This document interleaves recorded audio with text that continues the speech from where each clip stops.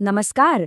कभी ये सवाल मन में आया है कि भाई जब हर कोई अपनी अपनी मर्जी का मालिक हो जाए तो समाज को मतलब एक साथ क्या चीज जोड़े रखती है। यही सवाल था जो 19वीं सदी के एक बहुत बड़े विचारक मैथ्यू आर्नल्ड को परेशान कर रहा था। तो आज हम उनके मशहूर निबंध कल्चर एंड अनार्की में गोता लगाएंगे और इसी सवाल का जवाब ढूंढने की कोशिश करेंगे। तो चलिए जरा कल्पना करते हैं, हम पहुंच गए हैं 19वीं सदी के इंग्लैंड में। हवा में ना कोयले की एक अजीब सी गंध है, चारों तरफ भाप के इंजनों का शोर और हर तरफ तरक्की की धूम मची हुई है।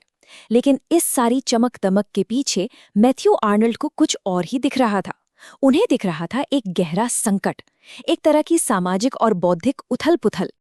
और इसी माहौल में आर्नल्ड एक ऐसा सवाल पूछते हैं जो सच कहूं तो आज भी उतना ही मौजू है। सवाल ये है कि जब हर कोई बस अपनी ही धुन में मस्त हो तो समाज का जो ताना बाना है वो बिखरने से कैसे बचेगा? है कोई ऐसी ताकत जो हम सबको एक साथ रख सकती है?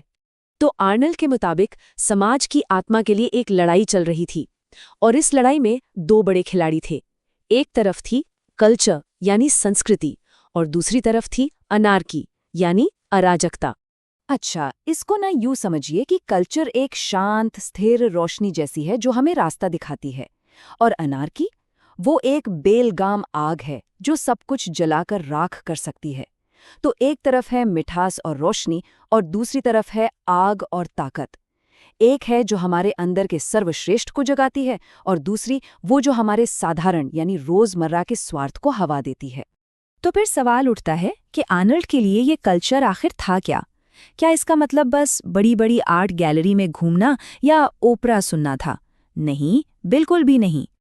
देखिए, कल्चर कोई ट्रॉफी नहीं है कि जीत ली और शेल्फ पर सजा दी। ये तो एक बगीचे की तरह है जिसे हर रोज सींचना पड़ता है, जिसकी देखभाल करनी पड़ती है। ये एक सफर है जो कभी खत्म नहीं होता।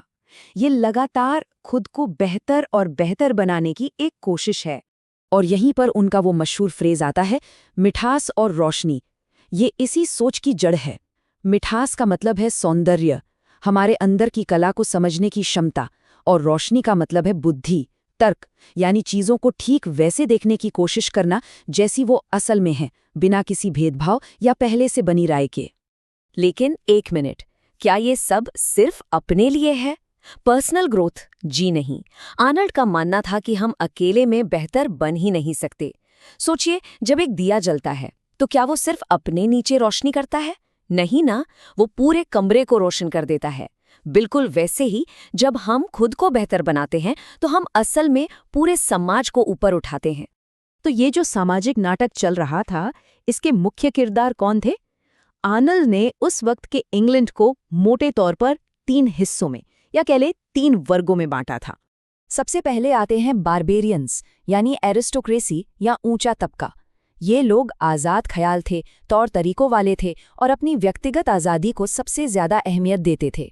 लेकिन आर्नल्ड को ये भी डर था कि यही आज़ादी कहीं बेलगाम होकर सिर्फ मैं और मेरा में न बदल जाए। फिर आते हैं फिलिस्टाइन्स। ये था मिडिल क्लास, मतलब समाज का असली इंजन। यही लोग थे जो देश की अर्थव्यवस्था चला रहे थे, साम्राज्य बना रहे थे। लेकिन आर्नल्ड को चिंता थी कि ये इंजन सिर्फ पैसे और मटीरियलिज्म के ईंधन पर चल रहा है, और कल्चर यानी कला और सोच विचार के तेल के बिना ये कभी भी जाम हो सकता है। और आखिर में थी पॉपुलस यानी वर्किंग क्लास। ये लोग बहुत मेहनती थे और अब धीरे धीरे राजनीतिक तौर पर जाग भी रहे थे। लेकिन आर्नोल्ड को लगता था कि ये अभी कच्चे हैं, थोड़े अनगढ़ हैं, और इसलिए ये बड़ी आसानी से जो मन में आए वो करो वाली अराजकता के जाल में फंस सकते हैं। अब देखिए, यहाँ पर मज़ेदार बात यह है कि आर्नोल्ड ने किसी एक क्लास को हीरो और दूसरे को विलन नहीं बनाया। नहीं, उन्होंने साफ साफ देखा कि हर वर्ग में कुछ खूबियां हैं तो कुछ खामियां भी हैं, और अराजकता का खतरा वो तो हर किसी पर मंडरा रहा था, चाहे वो किसी भी वर्ग का हो। लेकिन आर्नोल्ड का विश्लेषण सिर्फ इन क्लासों तक रुका नहीं। वो इससे भी एक कदम आगे गए। उन्होंने समाज को चलाने वाली 2 बिल्कुल अलग तरह की सोच, 2 अलग मानसिकताएं पहचानी, हेब्रेइज्म और हेलेनिज्म। इसको ऐसे समझते हैं, हेलेनिज्म ये एक दार्शनिक की तरह है जो कुछ भी करने से पहले सोचता है, चीजों को समझना चाहता है। ये है मिठास और रोशनी। और दूसरी तरफ हेब्रेइज्म, ये एक सैनिक की तरह है। इसे बस काम पूरा करने से मतलब है, नियम का पालन करने से मतलब है। ये है आग और ताकत। तो एक तरफ है सोचो और जानो, और दूसरी तरफ है बस कर डालो। आर्नल्ड को ये महसूस हो रहा था कि उनका समाज विक्टोरियन इंग्लैंड वो करने की धुन में मतलब हेब्रेइज्म में इतना डूब गया है कि उसने सोचने की कला यानी हेलेनिज्म को कहीं पीछे छोड़ दिया है। और जरा सोचिए, क्या ये आज भी सच नहीं लगता? हम सब अक्सर बस भाग रहे होते हैं, काम काम काम, और रुक के सोचने का, चीजों को समझने का वक्त ही नहीं मिलता। तो अब सबसे बड़ा सवाल, इस पूरी खींचतान का हल क्या है? आर्नोल्ड ने इस कल्चर और अनार्की की लड़ाई को खत्म करने के लिए आखिर रास्ता क्या सुझाया? आर्नोल्ड का जवाब ये था कि हल हम सबके अंदर ही छिपा है। उन्होंने कहा कि हम सबके अंदर एक साधारण स्व है जो रोजमर्रा की चीजों में फंसा रहता है, और एक सर्वश्रेष्ठ स्व है। ये जो सर्वश्रेष्ठ स्वरूप है ना, ये हमारी वो आवाज है जो हमें स्वार्थ से, अपनी क्लास की सीमाओं से ऊपर उठकर सोचने और सही काम करने के लिए कहती है। तो उनका पूरा प्लान एक तरह से 3 स्टेप्स का था। स्टेप 1, हर इंसान कल्चर के जरिए यानी मिठास और रोशनी के जरिए अपने अंदर के सर्वश्रेष्ठ स्वरूप को जगाए। स्टेप 2, जब लाखों लोग ऐसा करेंगे तो इन सब का मिला जुला सर्वश्रेष्ठ स्वरूप ही देश की सच्ची आवाज, उसकी असली इच्छा बनेगा। और फिर आता है स्टेप 3, यही सामूहिक आवाज, यही सामूहिक समझ स्टेट यानी सरकार को ताकत और दिशा देगी ताकि वो अराजकता को रोक सके और सबकी भलाई के लिए काम कर सके।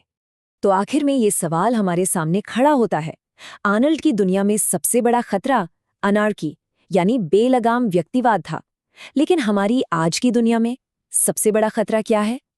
क्या वो अराजकता ही है, या फिर खतरा ये है कि कोई एक खास कल्चर ही सही है, ये सोच हम पर हावी हो जाए और हमारी अपनी तरह से सोचने की आज़ादी ही छीन ले? ये एक बड़ा सवाल है और इसका जवाब शायद हम सबको मिलकर ही ढूंढना होगा।